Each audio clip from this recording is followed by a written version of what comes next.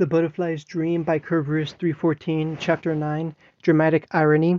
And you're sure you're alright? Yeah, no worries. Naruto gave his Jonin sensei a weary smile, not trying to make the man nervous, but unable to really muster anything more reassuringly. Yamato's expression didn't change, and he didn't remove his hand from Naruto's shoulder. He kept gazing deep into his pupils' abyssal pools, trying to detect any lie behind the flippant words. It almost made Naruto want to laugh. If only the man knew the truth of what was behind those blue eyes. If you are upset with the Hokage or I, do not be afraid to tell us. The man spoke carefully, making it obvious he would not be pursuing sedition charges should the boy wish to complain. It is perfectly natural to be angry, but you need to acknowledge it now, because the crucial part of being a shinobi is being able to follow orders without question. If you don't think you can do that, then I need to know now so we can have someone else on the team who will. The statement may have seemed cold, but Naruto appreciated the forthrightness. He didn't like being tricked like they had been, but he'd had more time to come to terms with it than his peers, twice as much, in fact, and two different points of view from which to draw from. Okay, he said plainly. Yeah, I'm pissed at you and Gigi. He couldn't resist the smirk, which his teacher seemed taken aback by his glib response. But I understand why you did it. Doesn't mean I agree, but for now, I think that I can still trust you. My first priority is my teammates, and I know that you will do what you can to protect us. It was an oversimplification of how he truly felt, but he couldn't exactly say that he had learned of another world's history, which helped but put things into perspective. Remnant's cooperative appearance could be scraped away fairly easily to reveal the dark history underneath, and if such a seemingly peaceful world could have such cruel wars and shallow racism, then the elemental nations were doing pretty good in comparison. That still didn't make it just a better start than he had a right to hope for. Good. Yamato nodded seriously and straightened from his stoop. I am glad you are taking such a mature view on this. I promise you, though, most C rank missions won't be this complicated. He wasn't sure Naruto would forgive him if he told the boy he had chosen this one on purpose, though. On a different matter, I am glad to hear you value your teammates, but saying that and acting upon it are two different things. The man's expression didn't change, and yet there was somehow a hardness which hadn't been there before. Naruto frowned. He had it coming. Saying that's not going to help, Ruby wanted to groan at the petulant response which came so soon after the adult discussion. Maybe he could swear there was a smirk behind the Jonin's monotone. I am at least glad you had the prudence to wait until the mission was officially over. However, that still doesn't excuse the trading blows with an ally shinobi, and even though the mission was technically over, we were still in an exposed position outside of the village, and it was a reckless act at best. You realize your actions could be construed as insubordination and needless endangerment. It was not a question. Naruto nodded. Hi, Moshi wake Arihame Deichita. Like I've told you before, save your apologies, just don't do it again. Hi, Sensei. He still couldn't help the shit-eating grin when he realized that he wasn't going to get scolded more. Don't celebrate too soon, Yamato warned him with a single arched eyebrow. When you get out of here, you can be sure we'll be going to a strict regiment of D ranks. It doesn't look good on your record to get injured during a normal C rank, you know. He also didn't mention the additional exercise he was planning for their team training, figuring that mutual hardship might resolve any lingering issues not smoothed over by the two Genin's showdown. Naruto groaned, but made it seem like his muscles were still hurting him as he rubbed his chest and arms. In fact, they were hurting him. Neji hadn't pulled any of his punches this time, and he realized the stark difference between those blows and the ones during training. I'm going to go visit Neji now. He's just in the room next door. Try not to wander around and start arguing again, would you? It was an order and not a request. The bedridden boy gave the man a wary wave, knowing that he would soon be bored out of his skull with all the pent-up energy he had and nothing to do. He didn't even have anything to write on, and so Ruby would be as listless as he. And in the future, the chocolate eyes flicked to him from the entryway. Try not to let someone's words affect you so much. The door slid shut with a small click before he could respond. Nato harumphed, duffing the wimpy pillow propping up his neck. That was a losing prospect. Words had power, maybe more to him than to others, but it was undeniable. Get your head in the game, Uzumaki. It's meaningless to get upset. She was fated to be a part of this mission. We are all bound to our place like this, and death is inevitable in our line of work. If you can't handle this, it would probably be for the best if you just quit now. Don't try and overstep your situation and force yourself to do something you can't handle. You'll only get your allies killed like that. He listened to Neji. He actually did, but it was when the boy wouldn't listen to him that he needed to prove he was right. No matter the way it seemed, people born in their places rarely stayed there. If that were not the case, Destiny would have had Ruby and him go their whole lives unaware of the other. They would have lived with their own brands of naivety and innocence, never questioning their uniqueness, their insignificance. Neji would have said that it was still just destiny controlling their illusion of free will, but Naruto claimed bullshit. That's why he had to set the boy straight. Whether he had accomplished this goal was yet to be seen. However, he still wasn't sure who had won and who had lost the little bout. The only thing he knew was how much he hurt afterwards, and how much he owed Tenten for dragging his black and blue ass the rest of the way to Konoha. Morning, Baka. Well, now he would get the chance to thank her. Neji would have to wait until later. He was in no hurry. You seem chipper this morning. Ruby's smile only got brighter at this observation, greeting her brunette friend with a fervent nod. Her sister had noted the same thing over breakfast, taking that as her permission to go hang out with her other friends, leaving the younger girl to walk herself to classes, and for once the short journey felt lonely. This was why she was grateful that her fondest friend decided to take the long way around to walk with her. Velvet was Ruby's Tintin, and she should learn to appreciate the older woman more. One never knew when they would be separated, only that it was inevitable. Mm-hmm. It's all thanks to you. Thanks again, Vel. Ruby stifled the snicker as the upperclassman reddened in response to the praise. Oh no, that's. I'm sure you would have been just fine on your own. You're a strong girl. She bowed her head demurely, and Ruby could tell it wasn't just out of embarrassment but comparison. The two of them might have been about equal in terms of shyness, but for some reason the elder had a persistent self-confidence issue, and this in turn caused her to be seen as weird and introverted by most of the student body.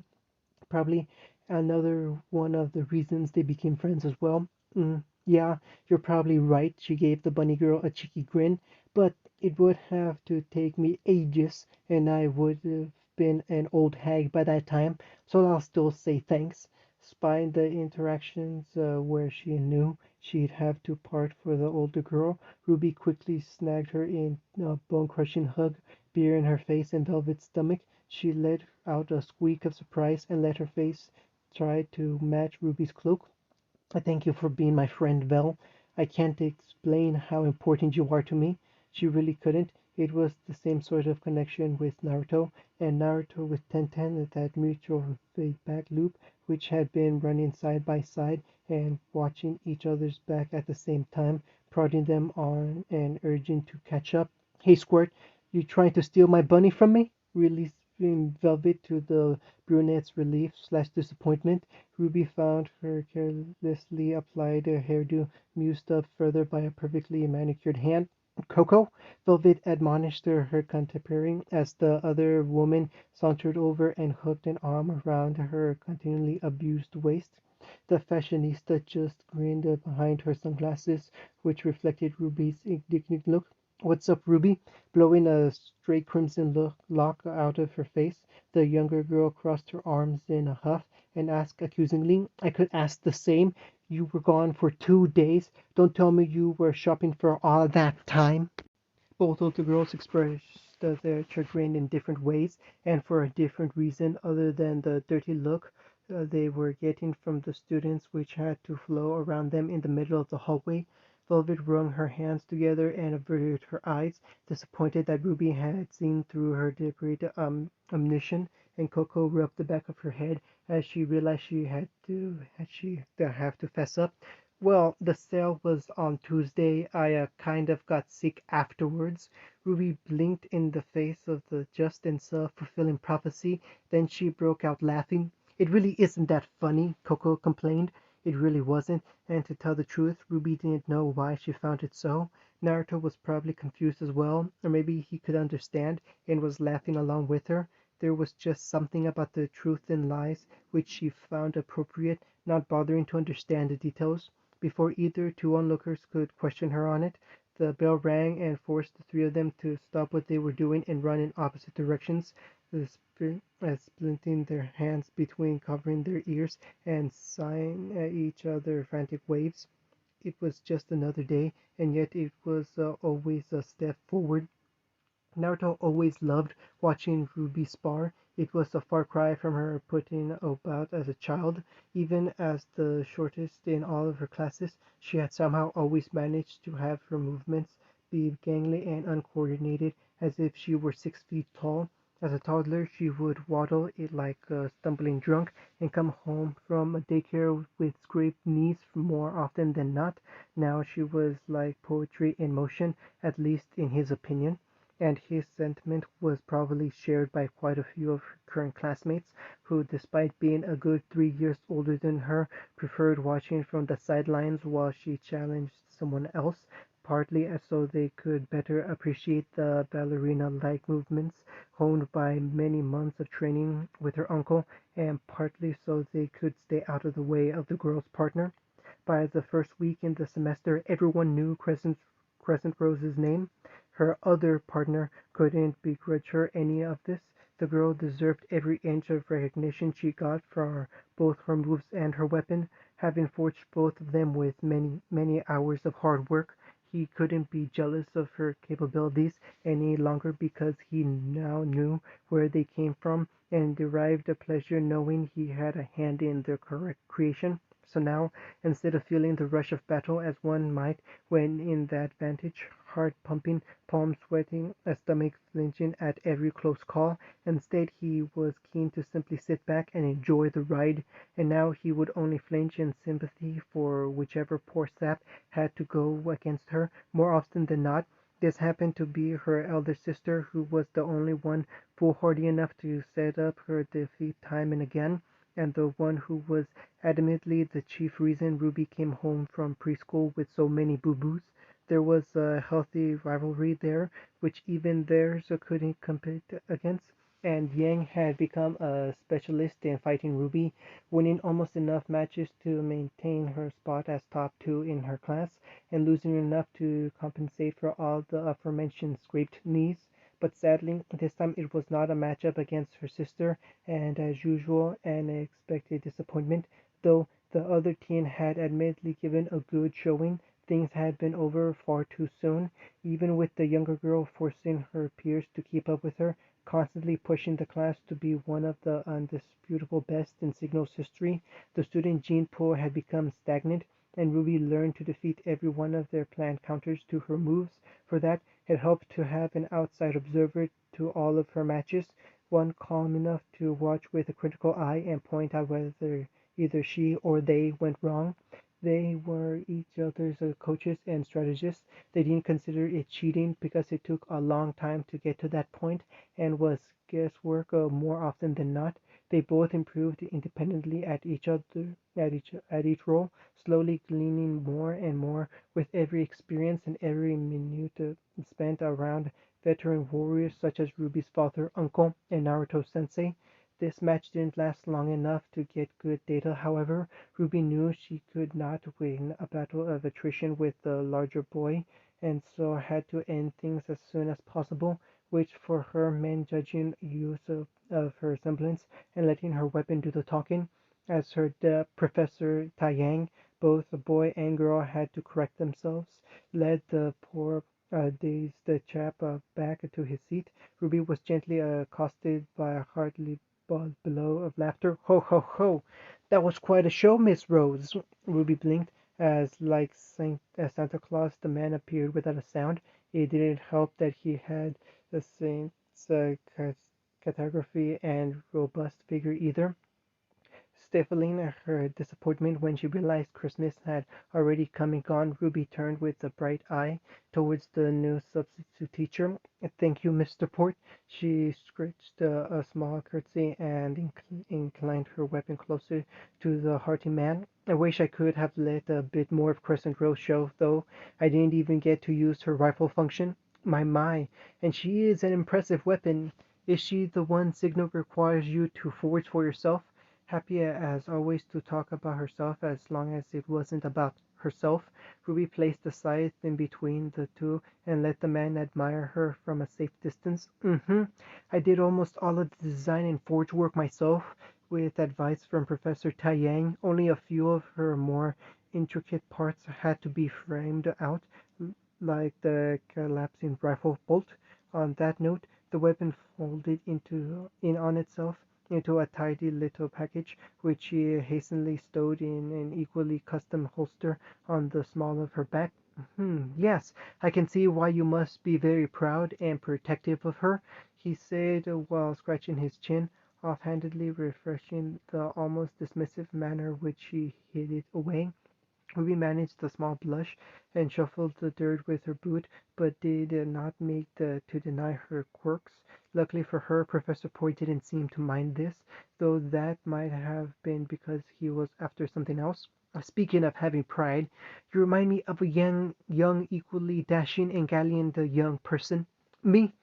Neither personality could wrap themselves around what to make of that statement. Why, I remember at a time, ahem, well, plenty of time for that tale, when you're in my class. The stout man adjusted himself when he noticed the sparring professor give him an evil eye for siphoning off his students' time. Ah, your class? But wasn't today your last day? God, she hoped it was. Yes, alas, 'tis so as far as Signal is concerned, at least until another teacher gets sick and they need to find a last-minute replacement. Ruby saw her father eavesdropping on her conversation and making a big X with his arms, letting her know that this would not be a likely outcome. But I shall undoubtedly continue on with my normal schedule at Beacon Academy and be there when you are meticulously on up.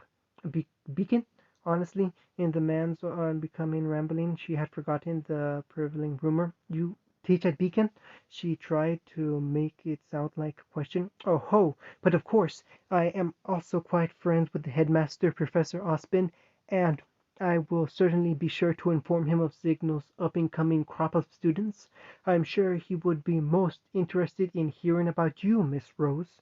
So enthralled was she with the prospect of going to Beacon that she almost missed the oddness of the man signaling her out, the entire student body, as if to cover his lip or else distract her further from her jurisprudence.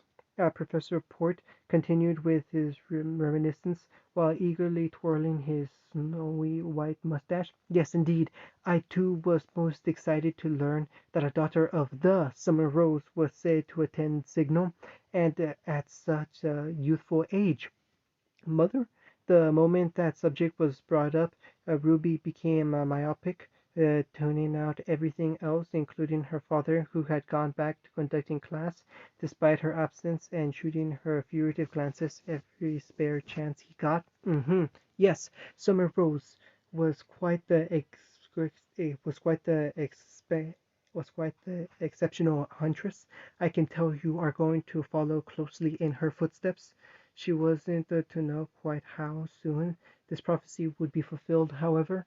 Port would blather on for another good 15 minutes, making it so she had to grovel to her father for a note to her next class. Nothing he said would be as startling as the first back and forth, and he would never mention Ruby's mother again during that visit, but still she would hang over every word he said just in case he let something slip, though the fattest man talked on and on about the different qualities and programs Beacon offered while Ruby listened.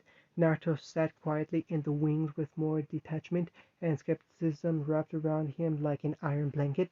In the beginning, Ruby and he had shared the passage of the day side by side, but as their personalities grew apart, they began to notice different things, rank, rank, ranked importance on different matters, and so accelerated their splits. After they became fully aware of the other person inside their head, they realized that it would be far more beneficial to observe the things that the other wasn't paying attention to. So, while the mention of Ruby's mother was a distraction enough to unbalance the both of them, Naruto knew he had to keep a sharp weight about him, and through supreme force of will, he managed to remain detached from the emotions flying around like squeaking parrots, and instead focused on the man's strange words. He was leading Ruby, baiting her, trying to get her to come to Beacon, which was fine.